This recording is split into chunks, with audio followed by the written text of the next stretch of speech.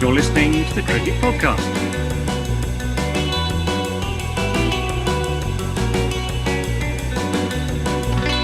Hello, everyone, and welcome to the Cricket Podcast, where we're going to be talking about India's heroic triumph in the ODI series over the world champions England. They win 2-1, chase down 259 at Old Trafford yesterday. As I said, heroic. I am Jack Hope, and to do this, I'm joined by Max Roy Brown. Max, it's hot right now, isn't it? Ooh. It's very hot. Yep, hottest day of the year, hottest day ever, possibly in the UK. So yeah, we're making sure we've done this before the heat really sets in, before we just completely melt and our brains turn to mush. Although we seem to be halfway there already, from what I can tell. It's pretty tough going. I'm not gonna lie. I'm I've got all the blinds in the flat down. Yeah. Trying to make it as much of a cave as possible. It's not really succeeding.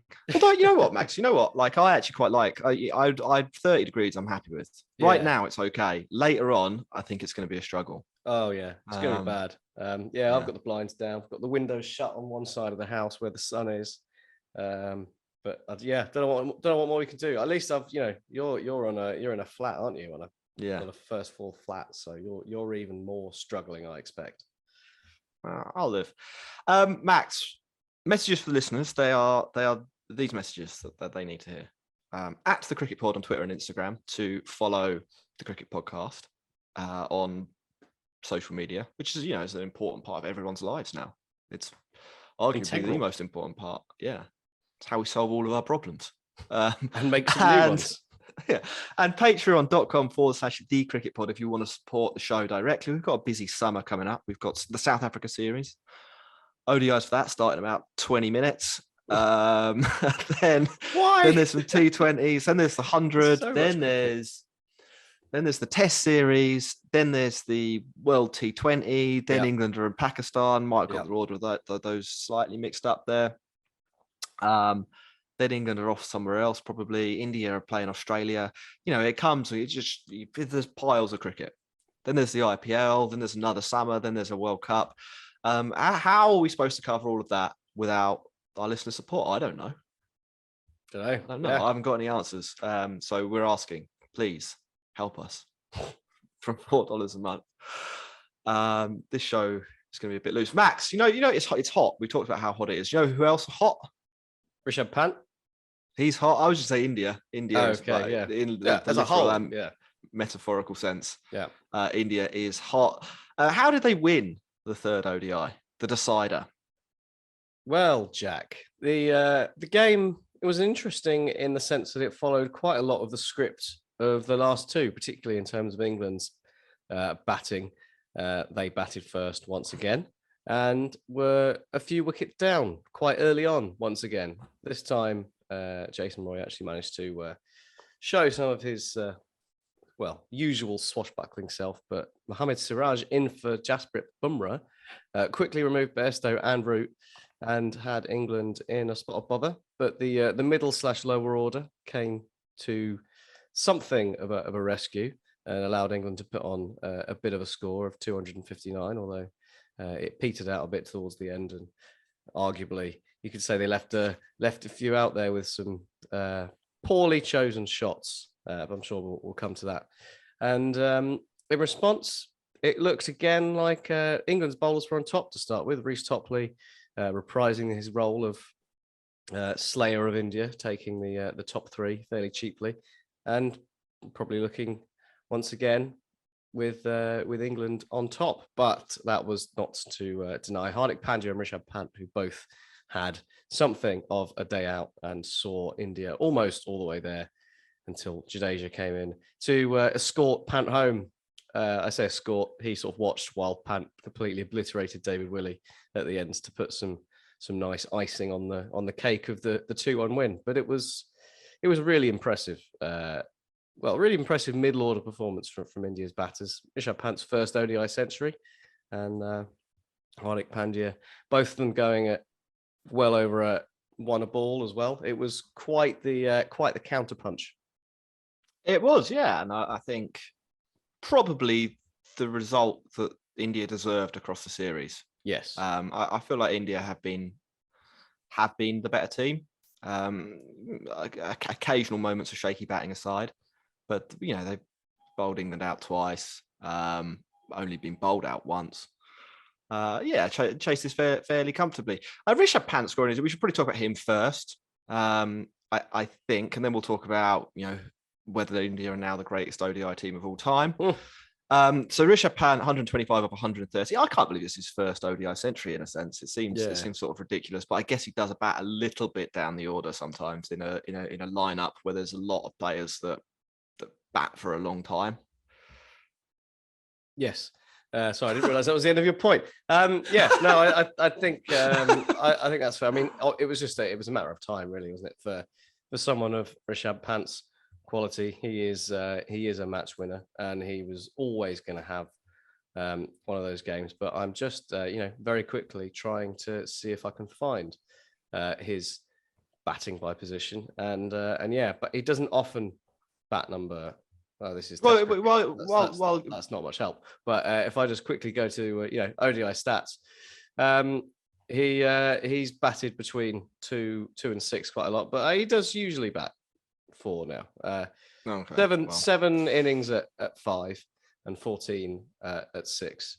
So it's not that many innings. So it's not that much in it. So I think it was just a case of a matter of time. But again, it's only 20 odd ODIs. So I think just because you perhaps not as much ODI cricket now, and maybe ODI cricket gets sort of shunted a little bit to the side, especially when it's not in a World Cup cycle year. That's probably contributed to it slightly, but it was just exactly what was needed at the time, wasn't it? Put the pressure back on England's bowlers and take the game by the scruff of the neck and do what we know Rishabh Pant can do. He's had a pretty reasonable tour, micro tour, whatever it is that India have done with the test. I don't know if he lists up the ODIs so much, but it's a nice way to sort of bookend his first innings and his last innings of the 22 India trip to England, with a match-winning ton after what maybe should have been a match-winning ton in the test matches, but or the test match. He kept well. Kohli failed again. Yeah. How much longer are we going to be talking about it? Like, what's going to come first? Is it going to be Kohli scoring a ton, or is it going to be Kohli being dropped? Where's your money? I think he'll score a ton before he's dropped. Yeah, and then they'll immediately drop him. Probably they'll be like, well done. It'll be like when Tendulkar went on for a little bit too long trying to get 100 hundreds. Yeah, it's like can't not let him get 100 hundreds, but as soon as he does, it's it's curtains time. Yeah, it's what will come first? Virat Kohli's 100 or my parody song of Vanessa Carlton? I don't know. You have to tell me that, so you're the one that'll have to write and perform it. I think I read from this a little bit that there's more evidence in this game that batting in the first 15 overs of ODIs is harder. I think the numbers back this up as well. Since 2020, when there's apparently some kind of ball change with the Kookaburra, they've reinforced the seam. Hasn't Jared Kimber been talking about this as? We were first, Max. Technically. Yeah. But you can look at the data and you can see that runs are not necessarily harder to get, but they cost more in terms of wickets, which is an awkward way of saying the ball is slightly more in the game up front than it was. Which doesn't necessarily chime in well with England's opening approach. It doesn't. But I don't know whether it's sort of perfect for India as well. I mean, we talked, I think, on the last show, didn't we, Max, about how these are probably the best two teams of the world still. India are slightly ahead. I still think they're both quite far from perfect. I don't know. I think both of these teams are quite beatable. England maybe more so, but I don't look at. I'm not. I think there's a lot of questions that both these teams need to work out. I don't know. Is Sharma, Dhawan, Kohli all definitely in a best Indian ODI team? I don't know.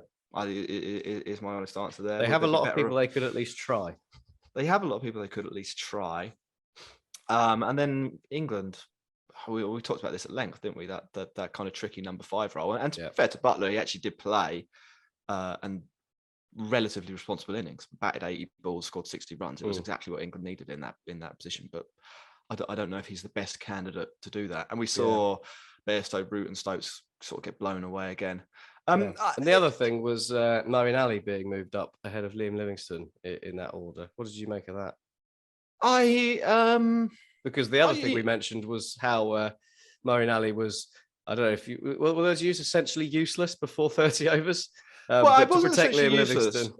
but he doesn't score particularly quickly and he doesn't average particularly high. Yeah. He's sort of very good at the end, not so good in that spell.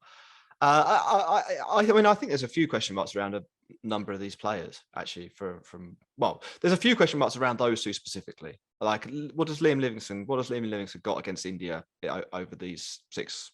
He's got matches? A few scores of about 17 runs. I think it's 117 runs in 6 matches. Yeah. I think T20 cricket, he's one of the first names on the team sheet because of how good he can be. I don't know if he should be 100% in this ODI team. Yeah. I think it's tricky. It's getting trickier to build a case that you need all of these guys. Although I think the use case for Liam Livingstone in ODIs is possibly too limited. I think that's the issue. I mean, if things are set up perfectly to use Liam Livingstone, there is no one else you'd probably rather have in the side. But that is a very limited situation of England, apart from maybe Moeen Ali. Yeah, exactly. England, who's the same sort of thing. Also bowls spin. It is a bit like that, isn't it? But you're sort of looking at a case of England need to be 5/6 down with 10, 15 overs to go, where you can have a bit of license to go nuts. It's like I said in the last a bit like the last episode, isn't it? It's kind of the ODI version of someone that you only want to come in from the 13 over onwards. Yeah, it is. I mean, and if you look at what England did well between 15 and 19, or in 15 and now, the fall of the 4th wicket, I had a look at this as well, happened usually. I think the average score when England lost their 4th wicket was 205. Like, it's a lot of runs. If we assume, and it's still a bit of an assumption, if we assume that it is harder to bat earlier on and you're going to lose more wickets earlier on, and it's going to be rarer that you are 200 for 4, then I don't know. Would you be better off having somebody that can bat when it's 100 for 4? 250 for 5? Yeah. I think as well, if we are looking at a world where the ball is slightly more on top than it has been, England will struggle because their bowlers are worse than some of the other teams. Like, India have won this series not because they can bat better than England. I'd probably argue that they can't. I think England's batting lineup versus England's bowling lineup would outperform India mainly, but England's bowling lineup is, it's at least one level down from India. I mean, David Willey, Reese Topley's had its moments in this series for sure. So maybe he makes it into a composite 11 for the matches, but Hardik definitely gets in as your sort of 5th bowler. Bumrah and Shami, I think get in over Willey and Overton, and you're 100% having Chahal over Cars, aren't you? So it's if we're looking at slightly more of a bowler's game, then India's bowling attack will be useful going forward, especially if they can sort out, if they can work out a way to get a little bit more, or a few more runs out their top order. Someone who can bat at 8. I mean, it's interesting. There's a few interesting questions. Did you notice anything else from this match or the series? I was just generally quite impressed with India's all-round performance with the ball. Against even if we take account of England's woes with the bat and the ball being doing a bit more, the thing that kind of repeated itself throughout those 3 games was the leg side trap.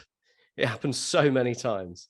It was obviously a plan that had been put together for the Indian bowlers, and Hardik in particular was one of the great exponents of it. And it worked so often. Now, I don't know if England really, did enough to try and negate that, because they did fall into it a few times. And, I'm all for them trying to go for it if they feel like it's there to go for. But there was definitely some sort of cat and mouse game going on there. I think in general Hardik's been really good to go off that point, but maybe at a slight tangent. What I think he's really good, and why I think he's been particularly useful, is that he's quite different to the other bowlers that India have. Like, he does bowl what we would call a hard length, doesn't he? He bangs it in, and he is able to bowl to a field where you would have a leg side trap set.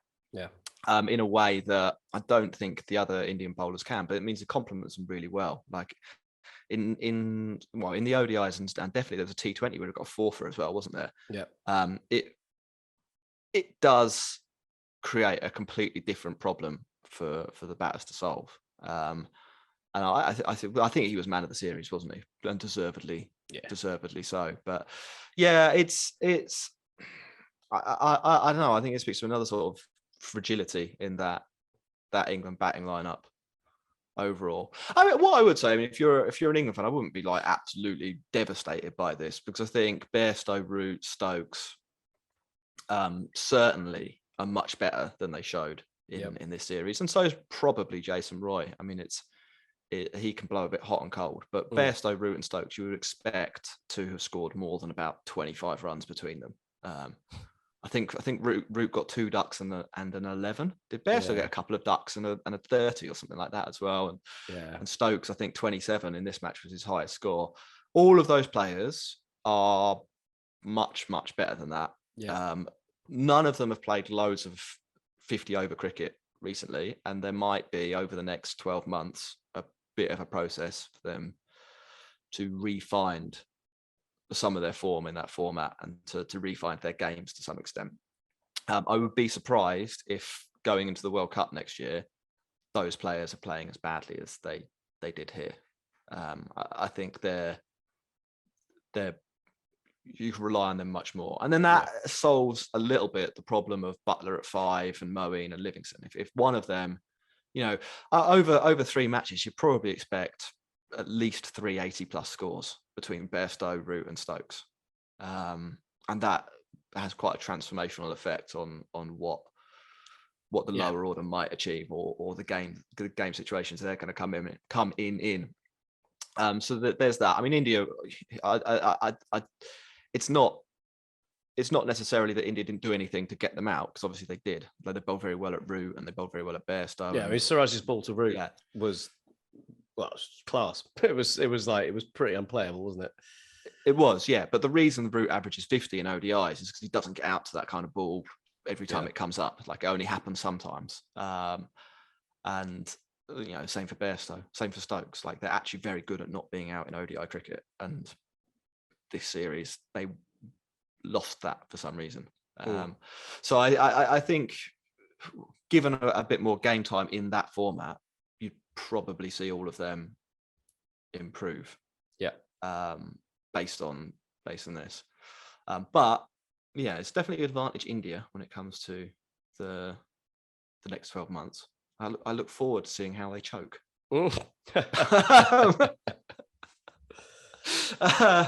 Any final? We have some questions on Twitter, Max. Before we not before we wrap up, but anything from this game or any other observations from the series? Who's your player of the series that wasn't Hardik? That's a good one. Who's your player of the series for England? Topley, we assume. Yeah, I think Topley would be a fair shout after that. Basically won the game in the second game, and there wasn't really anyone else with enough of a standout performance throughout. Really, was there? I think to stake a claim to that. So I'd go Topley. For a non-Hardik India player, that's tough. I mean, Probably Bumrah, I'd say. Yeah, I was thinking Bumrah or Chahal because Chahal, another 3 wickets. Yes. He was a bit expensive, but again, another 3 wickets for him yesterday. On top of was it 4 in the second game? So he was up there. Bumrah obviously didn't play, which didn't help his cause in the wickets. No, charts, yeah, I mean, maybe across the series. I think Yeah. Chahal's moved quite comfortably into pole position, but yeah, that spinner's position going into the World Cup. So maybe that's where they'll get it wrong. They'll pick somebody else and Chakravarti. Chakravarti or Kuldeep Yadav will make a run for the team, and Could happen. Yeah, I think they're a pretty good side overall, though. India, if they can find a way to bring in a better player at the top of the order, or to get one of those players to rediscover their old form. Yeah. Well, because they've had exactly the same problem as England, except that Rishabh Pant has got 125 in this match and sort of won the game. Like it's if he'd got 25, probably India lose, and they'd be a bit unlucky to have lost the series, I think. But although so that Rohit got a 50 chasing 100, didn't he? So maybe he is great. I don't know. Right, questions from the Twitter sphere. Paul Griffiths asks, what are our opinions on Reese Topley's mullet? Max, what do you think about the hair? I mean, I've never been a huge fan of the mullet. As mullets go, it's not the worst I've seen. I think it compares favourably with some of the Antipodean mullets that we've seen over the past few years, and particularly Adam Zampa calls to mind in his abomination that he showed throughout the World Cup. But there seems to be some sort of correlation between mullet and also moustache and cricketing ability. So if Reese Topley has been able to tap into that Samson-esque mullet-based development of his skills, then I'm all for it. Max, what you were saying that I'm assuming it was a good point, but someone has just shared an Instagram story with me. Ben Stokes has retired from ODI cricket. What? Yeah. I'll read the statement out now. But this is hot news. Ben Stokes, Stokesy on Twitter. I will play my last game for England in ODI cricket on Tuesday in Durham. I've decided to retire from this format. This has been an incredibly tough decision to make. I have loved every minute of playing with my mates for England. We have had an incredible journey on the way. As hard as a decision as this was to come to, it's not as hard as dealing with the fact I can't give my teammates 100% of myself in this format anymore. The England shirt deserves nothing less from anybody who wears it. 3 formats are just unsustainable for me now. Not only do I feel that my body is letting me down because of the schedule and what is expected of us, but I also feel that I am taking the place of another player who can give Joss and the rest of the team their all. It's time for someone else to progress as a cricketer and make incredible memories like I have over the past 11 years. I will give everything I have to Test cricket, and now with this decision, I feel I can also give my total commitment to the T20 format. I would like to wish Joss Butler, Matthew Mott, the players and the support staff every success going forward. We've made great strides in white ball cricket over the past 7 years and the future looks bright. I have loved all 104 games I have played so far. I've got one more and it feels amazing to be playing my last game at my home ground in Durham. As always, the England fans have always been there for me and will continue to be there. You're the best fans in the world. I hope we can win on Tuesday and set up the series nicely against South Africa. Thanks. Well, that is a wow. That is a surprise. Yeah, that is a surprise. That has caught me off guard, shall we say? Yeah, I mean, I thought T20 cricket might go. I was going to say, can we swap? Can we swap that out? Yeah. That's a huge blow to England's one-day side. I think he can. I think that's a big blow. Yeah. Yeah. I mean, obviously, we literally just talked about how he was one of the players who slightly underperformed, but we'd expect him to be doing quite well for the World Cup next year. He can chuck down a few useful overs for you as well if you need something a bit different. You're not going to rely on him as necessarily as like a fifth bowler, but he's someone you'd want to use to change things up a bit, and that Yeah, that's definitely a huge blow to the England one day side. But it sounds like a very mature decision and something that may well benefit him test wise. He's the captain. There's that added pressure. So perhaps it's not hugely surprising that that one has had to give way, especially based on what he said the other day about pulling out the 100. So yeah, I mean, I think from a physical fitness and a mental fitness point of view, I can sort of see why ODI cricket would be the one to go. It's quite a grueling. It's like an 8-hour day, isn't it? And if you're Stokes, you're gonna have to bowl quite a lot of overs. You'll be batting 4. I can see why you would choose to lose that one over T20 cricket, which, let's be honest, is less hard work. And I mean, without disrespecting the format, players will tell you it's less hard work.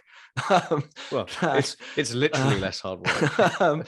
But he's a very, very good ODI player. I mean, we should probably, I don't want to eulogize about him too much, but or off the cuff, but he has had a really impressive career in ODI cricket. 104 matches, nearly 3,000 runs, average of 40, strike rate of 95. That's top batting. Bowling, he's a less good ODI bowler, and I think that's fair to say, but a decent option. 74 wickets, an average of 41, economy of just about 6. Like it's not unusable fifth bowler territory. That taken slightly unawares. I think England will miss him massively from a batting point of view in ODI cricket. Though I don't really know who they'll turn to next. I mean, Harry Brook potentially, maybe James Vince. It opens the door for him. He got a ton last year, didn't he, against Pakistan? Yeah. But yeah, a little bit of a shock, that one. Yeah.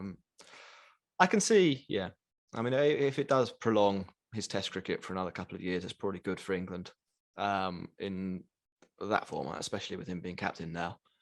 But a shame that another one of the big players from that 2019 team has gone. I mean, it's Morgan, Plunkett, Stokes now. We don't really know about Jofra Archer's return, do we? Yeah. Adil Rashid probably got a year or 2 left in him. Yeah, and then then not after that. You're not looking at too far to. Joe Root, Butler. Yeah. The cycle is ending. Yeah, interesting decision from Stokes. I'd have thought he'd have given it one more year, but I'm sure he has. Yeah, I think that's reasons. Probably the main surprise, isn't it? Maybe one more World Cup would have been what you'd expect, but I think we said it before about I can't remember whoever it was that we last spoke about that retired, and just sort of the whole. It was Morgan, of course. That thing that passed us by. Do you remember him? The highest run scorer ever for England in white ball cricket.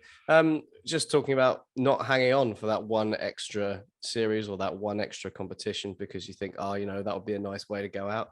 He's, managed to identify a game. It's at Durham, sort of a nice rounding off, and you're not hanging on doing something that maybe you're not completely into or you don't necessarily want to be doing just for you're looking at too far into the future for this one nice thing to end it. So I'd say fair play to him for making the decision, and fingers crossed for him being able to go on for as long as he can with the tests. And interesting to see who comes in. I mean, I think with Stokes, what you can definitely say about him is he has obviously matured quite significantly as a person in an England shirt, and his decisions are getting better and better. And I don't think he'd have made this call unless it was right for him and by extension England. To be honest. So it'll be a shame not to see him in a shirt. What's your favourite ODI moment for Stokes? It's the catch, isn't it? Probably. That catch was stunning. Yeah. I do have a lot of love for the bit where the ball just hit his bat and went for 4 in that final. That was great as well. I mean, that was good. He's played maybe the most important innings in England's ODI history. To win that match, and the catch to kick off the tournament. was great. So yeah, certainly got a couple of good memories. Maybe we'll do another show sometime about that. But for now, we're just going to get back to Twitter and run through these really quickly. Yeah. Ramprasad says, do England lack a quality leg spinner in the squad? My answer is yes. His name's Adil Rashid. He went And on he'll be pilgrimage. back. He'll be back. Yeah. Yeah. It's I think they could have maybe gone and had a look at Jake Lintop. Although he did play in the Lions side against South Africa the other day and got completely taken apart. So I mean that will happen, but I don't think based on one Lions performance, you certainly want to be. You certainly think England possibly missed a chance, didn't they, to have a look at someone with Adil Rashid not being around and muddled along with Moeen and Liam Livingston. Yeah. Next question from Akshay. Rohit's looking so good and then throwing it away and not converting his starts. This has been a problem since 2021. What could be the reason? I think Rohit in white ball cricket is a declining force. I think that's basically it. Some of the banker shots he used to play for runs, he gets out to sometimes now. I don't think he's, for probably a decade, he was the best player of a short ball on the leg side in world cricket, and now sometimes he hits the ball to somebody on the fence or gets a thin edge and is caught behind. I think he's probably just a little bit weaker in a place like that. That is going to have an impact on your overall game. It's also I think England, apart from in that first match, bowled quite well with the new ball. Topley in particular getting a lot of bounce and a little bit of movement. A lot of awkward quite hard. lengths. Yeah, that's quite hard to bat against. Sometimes you're going to fail there. And it might not be a coincidence that his rise in Test cricket has coincided with a little bit of a decline in white ball cricket. They are we see that sometimes. That it's not. They don't necessarily mutually reinforce each other performances across those two formats. So it could be a combination of that. I think Nupur says, do bilaterals provide any answers for World Cup prep anymore? If yes, England ended up with more questions than answers. India will follow the same template more or less, so they seem more sorted in terms of strategy. Good or bad is another question. I'd say with bilaterals, they do provide an indication in the year or so running up to a World Cup. Yeah. I don't think they really tell us who's the best team regularly. I think in comparing yourself against the team you're playing against, I'm not sure that does tell you a huge amount. But in terms of where you are in your own cycle and getting your own house in order, I think it's very useful from that point of view. And it's basically the only way you can do that now. So I'd say, if anything, they're essential from that point of view. England and India, like the question says, sort of alludes to, slightly different positions in that cycle right now, aren't they? We've got a B/C string bowling attack probably in this lineup with all the injuries and such. And India, like you say, are pretty settled and most of the questions answered, except perhaps the top order, like we were saying. So, I think India probably know 4 down in their ideal lineup from 4 to 11. They probably want Kohli at 3, and they probably want Rohit to play at 1. And there's, as much as we've talked about them being problematic, there's it's reasonable to believe that one or both of them might see an uptick in form and be perfectly usable in those positions. Maybe 2 for Darwin as well. So the team that started the first ODI against England, what was it, last Tuesday? That could well be the team that India start the World Cup with. I'm pretty sure, well, we know for a fact now, don't we, that it won't be England's starting 11 this time next year. There's going to be changes there. I thought you were going to say you're pretty sure that Prithvi Shaw might come in. No, they could do that for T20s. What I'd say, I would say here, comparing the two teams side by side, I still think England can get a lot better. I don't know how much better India can get. I think they have to hope that England and maybe Australia and maybe Pakistan don't improve too much. So I think there's a ceiling on how well these players can perform. And I think they might be a little bit dependent on getting a bit of help with the ball because of the strength of their bowling attack versus their batting lineup. Yeah. It's not a bad batting lineup, but it's definitely beatable, and it is quite short. I think England could, if they find someone to replace Stokes and they sort out number 5, 6, 7, I think they're much closer to being a better team. And if they bring back Jofra Archer, say, and you bring back Adil Rashid, and you've got 2 big bowling upgrades, or you bring back Wood instead of somebody, or it doesn't have to be Archer, it could be Wood. Even Chris Wokes is probably an upgrade. It's I think England have got a lot more levels to go to. Yeah, and they've shown that, to be frank, over the last 5 years, they've shown they're a much better team than anyone else in the world. So don't know. I don't know if England have got that many more questions. I think England know the questions they need the answers to. Yeah. They probably know that some of the potential answers aren't the answers they thought they were. And they've now got this Stokes situation. But I'd probably say that it's, in some sense, it's an easier job to solve the problems England have got than solving Rohit Sharma and Virat Kohli. Yeah, you just need to sort of wait a bit. Yeah. Yes. We've got 2 more.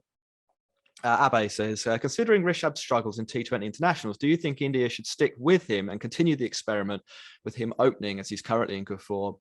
And maybe a position change in the shortest format could be the key to unlocking his potential. Where do you stand on Rishabh Pant? Interesting. As always the go-to. I feel like there's always a go-to suggestion, isn't it? When someone who's clearly innately brilliant at something in T20 cricket, batting-wise, isn't quite doing it. Maybe they should open and see how that works. I'm not sure. I think my answer to that is a hard no. Yeah, to be honest, I think they're just. I mean, it's just. I'd say stick with him for now. Like. I think you can stick with him. I think if I were India, I think their success in T20 cricket depends far less on Rishabh Pant than it does in, say, Test cricket.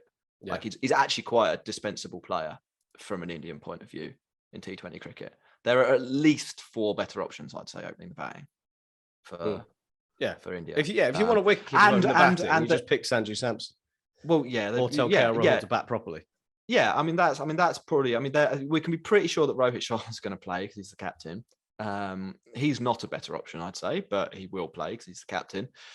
KL Rahul is their best opening batter, so he will probably play. Then, who knows? We'll bat 3. Maybe Rishabh Pant is the Kohli replacement. Maybe that actually works better as a number 3. I think Surya Kumar Yadav is better than him. So I'd pick him, but we'll see. And then you're in the middle order, and I don't know, to be honest, whether Rishabh Pant is better than Sanju Samson. I think sometimes he is, sometimes he isn't. It's kind of close. I don't know whether you can have Pant and Karthik in the same team. That's a debate. Sure I think India just needs to sort of make a decision. Which one of those fields? Well, then there's the question as well whether Hardik bats 5 and stuff like that. Like if you have Rishabh Pant in the team, then you kind of need to move Hardik down to 6 and Jadeja down to 7, which is okay. That's fine. Is it better than having Dinesh Karthik at 7, Jadeja at 6, and Hardik at 5? I don't know. I think there's a real debate to be had there. Yeah. It's a nice problem to have, though, isn't it? I think India can win the T20 World Cup with or without Rishabh Pant. And that's a nice situation to be in. You're probably right. Hemant Yadav says, did England think that India are the Netherlands? Did they underestimate India? No, they just. No. I think Craig Overton got picked out of sympathy for having been dropped for his brother in the Test series, and the rest of it is just England they've played their strongest batting lineup basically that they can. And their bowling is hampered by the fact that Adil Rashid's on pilgrimage and all of their best fast bowlers in one-day cricket are injured at the moment. So, they've put out... India played really well. Yeah, India were really good. It was fairly competitive, apart from the first game.